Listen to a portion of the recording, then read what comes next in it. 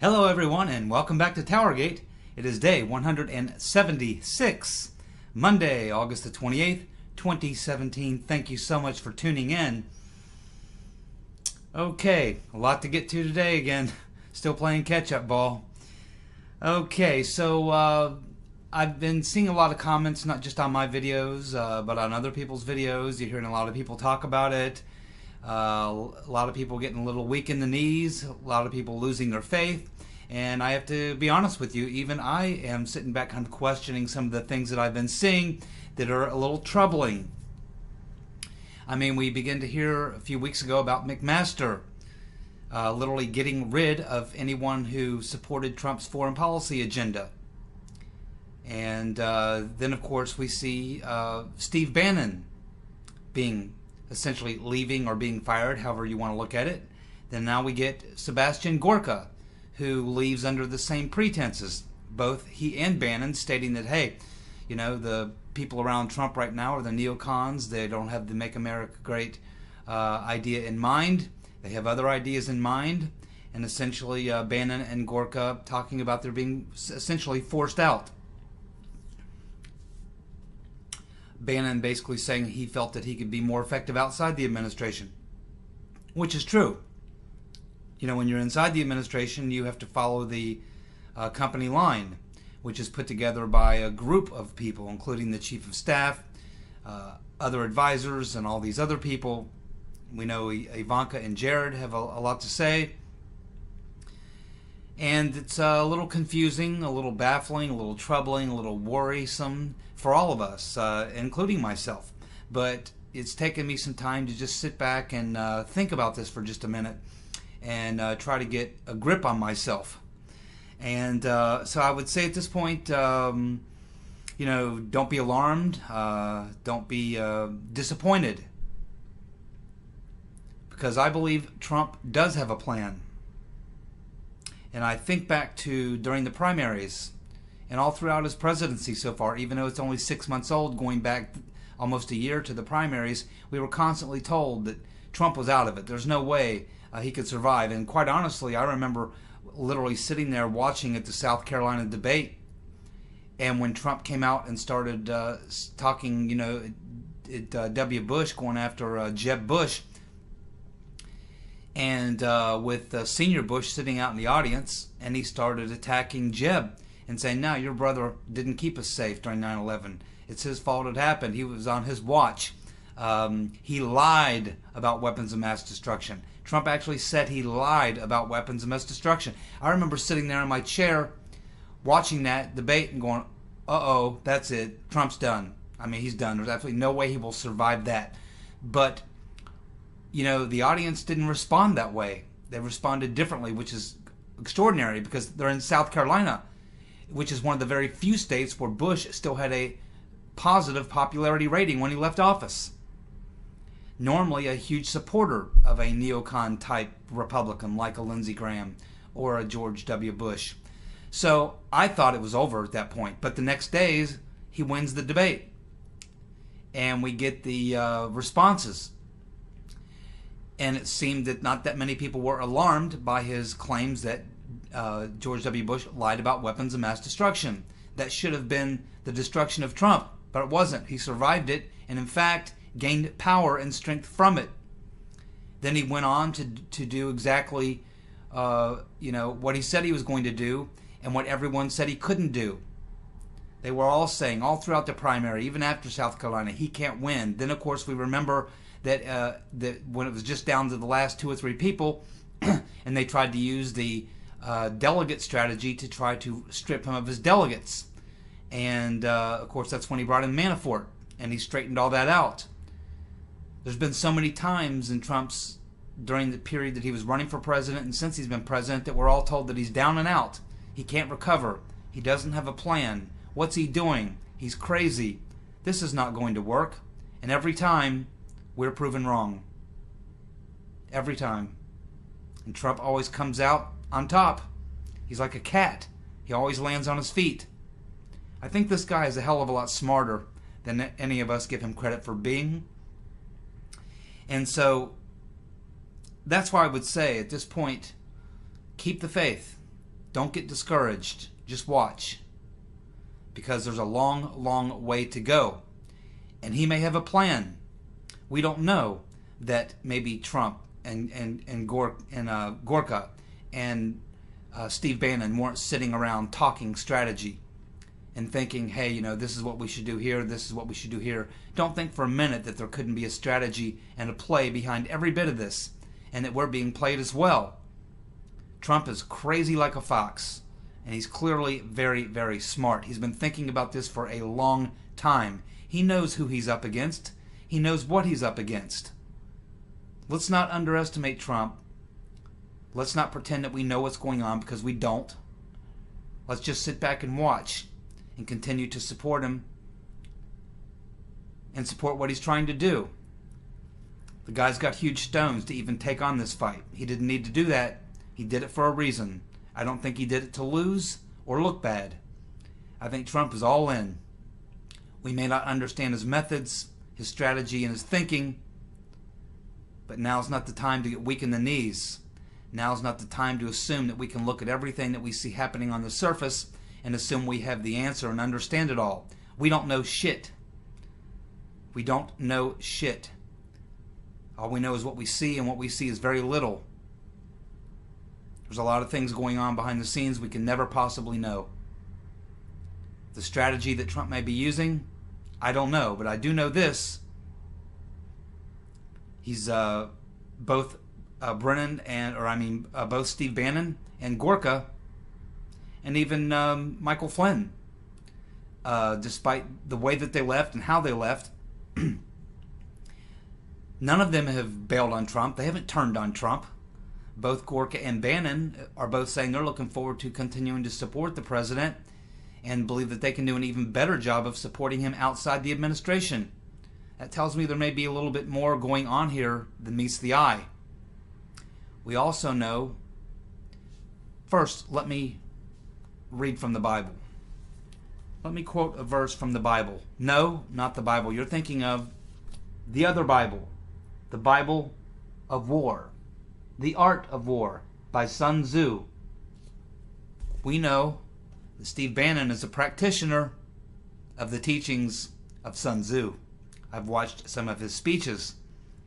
He often refers to the Art of War and Sun Tzu in many of his speeches, who was the ultimate practitioner of psychological warfare. Do you remember from this book, if you've read it, one of the things that Sun Tzu says? He says that when you are strong, act weak.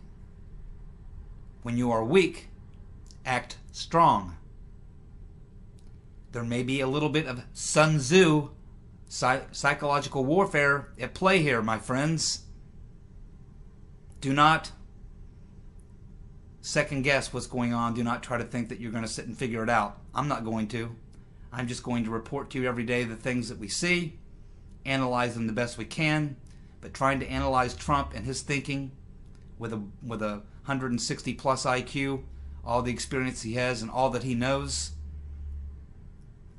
probably a good idea not to try to second guess Trump. Let's just watch, keep the faith, be patient, and let's see how things play out. It's only been 6 months. And when you think about it, you have to ask yourself, what does Trump know? Well, he knows a lot more than we know. And what do we know? Well, we know quite a bit. We know for a fact that Trump knows what Devin Nunes saw when he came over to the White House and looked at those unmasked conversations. Donald Trump knows exactly what Devin Nunes saw in those unmasked conversations. Donald Trump probably has a pretty good idea of what happened in that conversation on the tarmac. He probably knows a lot about the deep state coup that's going on around him. He knows about the people McMaster is letting go. He knows about the collusion between the intelligence community and the media and the deep state. He knows about the plans that are underway by his own members of his own party to undercut him. He knows a lot of things. He knows a lot of things, and I suspect that Trump may have a little bit of knowledge of The Art of War by Sun Tzu as well. Certainly he's had many conversations with Steve Bannon. I'm sure Bannon has shared some of his thinking with Trump. I think there's a lot more going on here than what we could possibly know. And what is it that Trump's trying to pursue? Ultimately, it's the truth. And what is it that the establishment and the deep state fear? They fear us, you and I, the people at large, learning the truth. Now, there's a lot of people, if Trump were to come out and give us the full truth, right in the face, just drop it on us, most Americans couldn't handle it, couldn't understand it, wouldn't believe it. So he has to tread very carefully. He has to plan accordingly and make his moves as the game plays out. Remember, he has opposition players who are pretty crafty as well. So the only thing I'm saying is, let's not lose the faith. Let's not get weak in the knees too early here. It's only been 6 months. Let's watch and see what he does. Let's watch and see what he does. When you are strong, appear to be weak. When you are weak, appear to be strong. Excellent. Excellent strategy in psychological warfare. Christopher Steele. He's got a dilemma. He's got a big problem.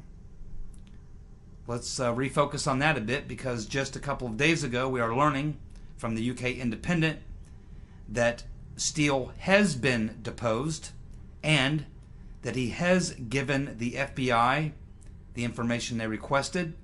He is cooperating.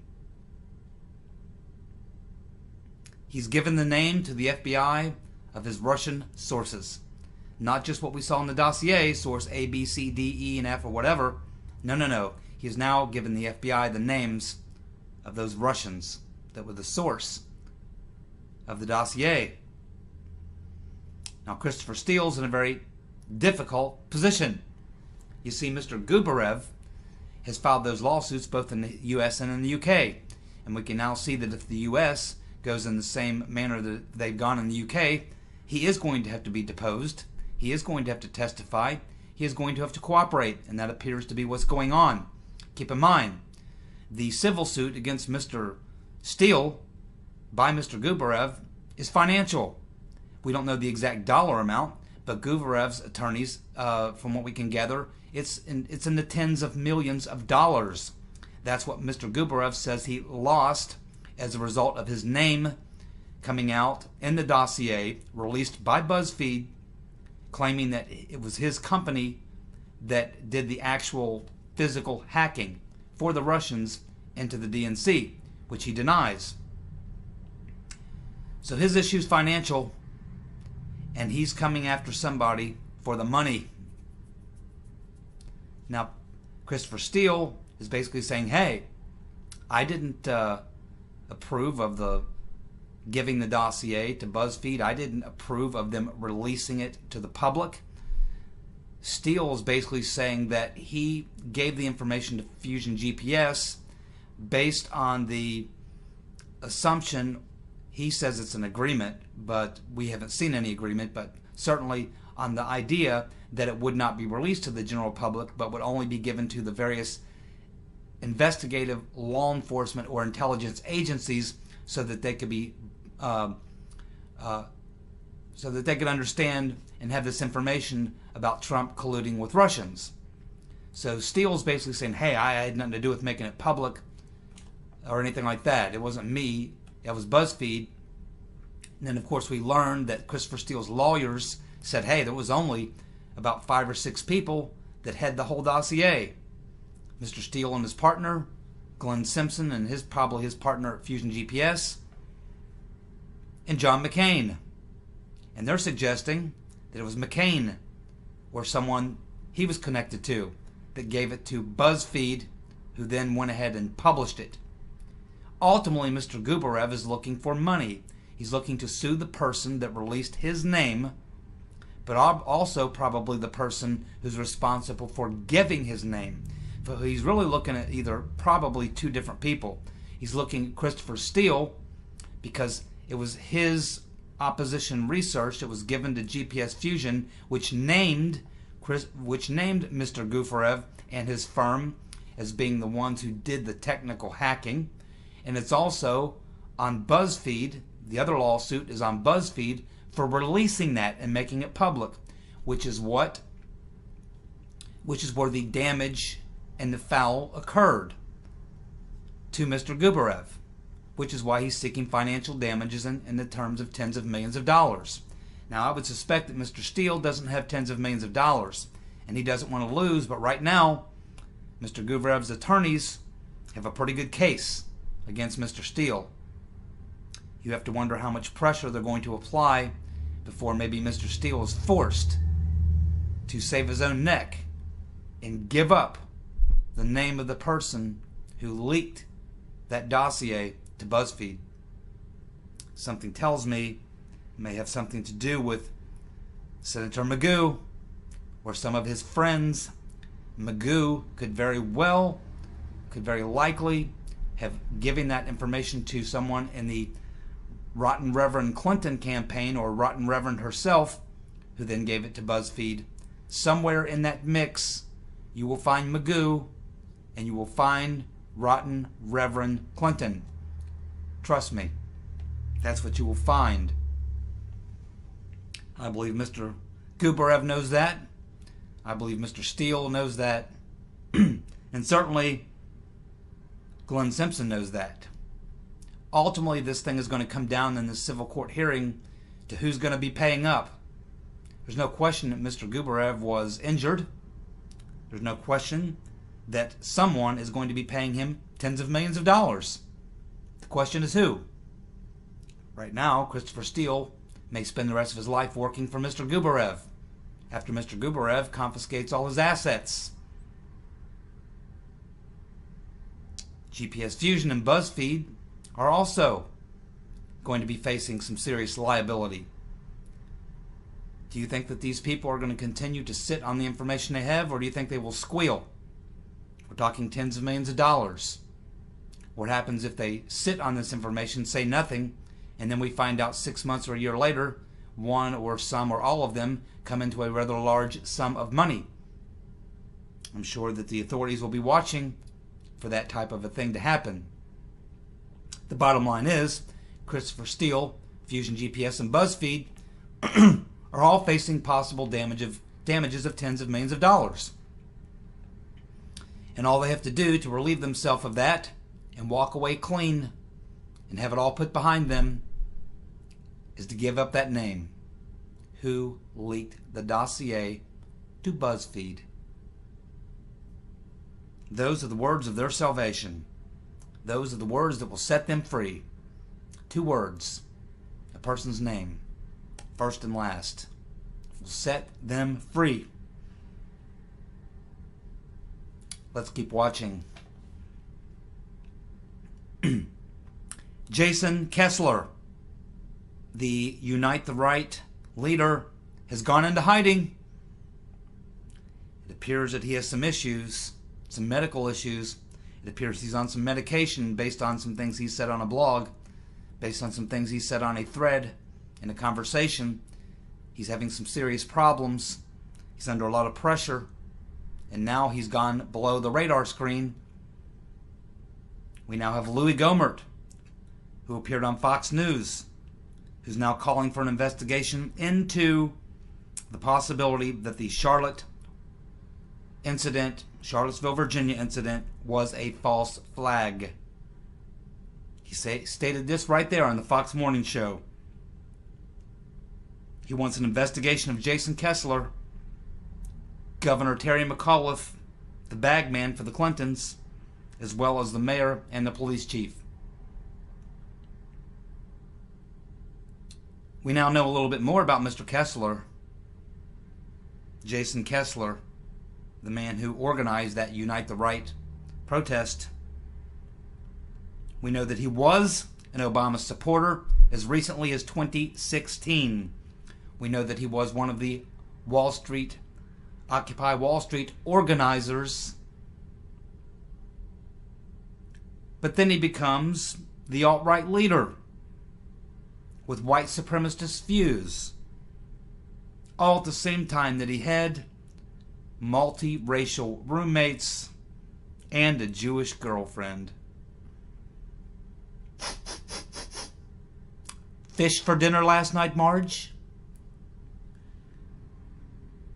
The ACLU, the Free State Project, and others, as well as video evidence, prove there was a stand down, at least at the very minimum, and it appears also there was a herding of one group right into the other. Kessler bragged on his blog about being a provocateur. Also, he was discussing in a chat with several of his members whether it is legal to mow down protesters with a car because of a new law. I don't know that that new law has been passed yet, but I know there is a law that's stating that if your protesters get in your way and you feel threatened, can you mow them down? I don't think that law has been passed yet. I think it's being kicked around, but this is what they were referring to. All these things, when you put them together, means it was definitely fish for dinner last night, Marge. That's right. We also have, see, this was Louis Gohmert, who's a member of the House. But we also have Charles Grassley again in the Senate, who heads that Judiciary Committee. Also calling for a deeper look into Mr. Kessler, the bag man, Governor McAuliffe, the police chief, and the mayor. A lot of things are not right about this. We will see, because it is my belief that if we could get to the bottom of this, we'll find out that Mr. Kessler is working for either the FBI, counterintelligence, one of the intelligence agencies. He's working for somebody. I believe he is an alt-lefter. I believe he is an Obama supporter. I believe he is an alt-lefter. I believe his act, trying to organizing this rally, pretending to be alt-right, pretending to be a white supremacist is all bullshit. I believe he's a lefty. I believe he's being paid as an instigator and as a provocateur. I believe he's working for one of these rogue elements of one of these government agencies. That's what I believe. That's what it looks like to me. I've read a lot about these types of things. I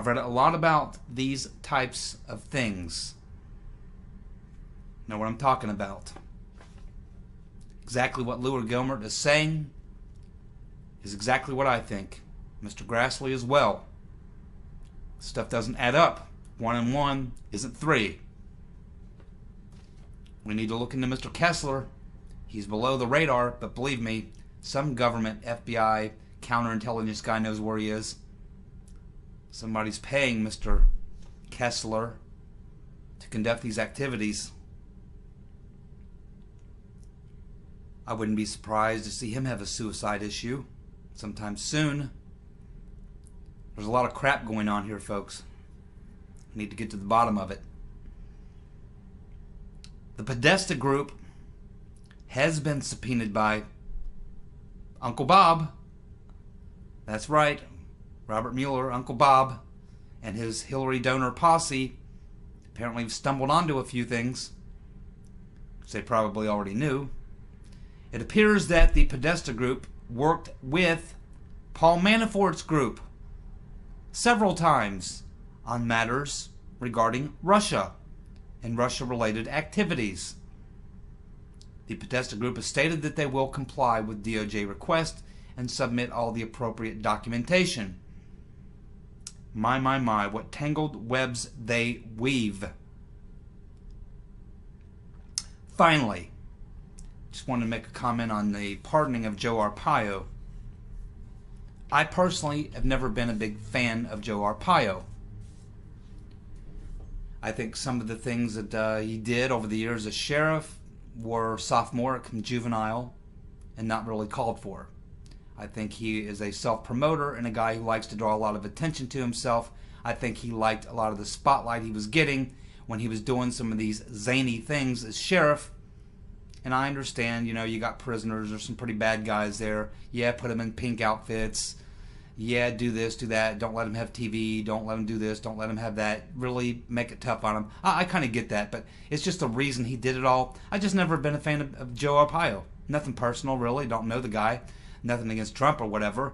But on the other hand, I do agree that the charges brought against him and the way that that was done was purely political. Clearly, the issue was personal between Obama and Joe Arpaio. A lot of personal hate between them, and that's what this was all about. While I'm happy to see Joe Arpaio gone as sheriff, because I was never a big supporter of his, by the same token, and being fair, I do believe that these were a bunch of trumped-up charges against him, and it was all a political move. The whole thing was just really political between Arpaio and Obama, and it had a lot to do with Arpaio going after Obama on his birth certificate, and Arpaio is just one of those guys. He's never going to quit. He's always going to stay on the beat. It doesn't bother me that Trump pardoned him really at all. I have no problem with that. If Trump wants to pardon him, that's fine. Presidents pardon thousands of people who've done much worse. So while I'm not a big fan of Joe Arpaio, it doesn't really bother me that Trump pardoned him. It was all a political scheme anyway. So have no problem with it. And I think why there's a lot of Republicans, of course, you had McCain and Flake and the usual suspects come out to rip Trump over doing this, which is kind of weird because, you know, McCain and Flake are both Republican senators in Arizona. So it's kind of strange that they would come out against Arpaio, but that's exactly what they did. But it doesn't really matter to those guys. Anything Trump does, the opposite is what they are going to go for a little bit of face time. So anyway, none of this stuff around Arpaio and the fallout bothers me at all. I think it's infinitesimal in the larger scheme of things. It's a distraction that I'm not going to spend very much time on. It's just nothing to be concerned with. There's much bigger fish to fry, Marge. And clearly, someone has had fish for dinner, Marge. Thank you so much for tuning in. TowerGate, Monday, August 28th, 2017, day 176. I appreciate your support, watching my videos, working on some other things. I'll be back with you tomorrow night, and we'll see what shoe drops next. Stay tuned in and get yourself a copy and read it. When you are strong, appear weak. When you are weak, appear strong. Have a good night. See you guys. Bye.